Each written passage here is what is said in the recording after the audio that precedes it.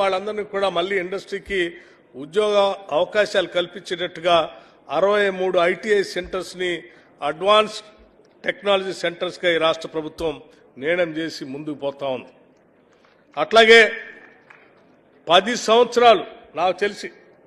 ఈ తెలంగాణ రాష్ట్ర ఉద్యమానికి ఊపిరి పోసినటువంటి ఉస్మానియా యూనివర్సిటీ లాంటి యూనివర్సిటీస్ కానీ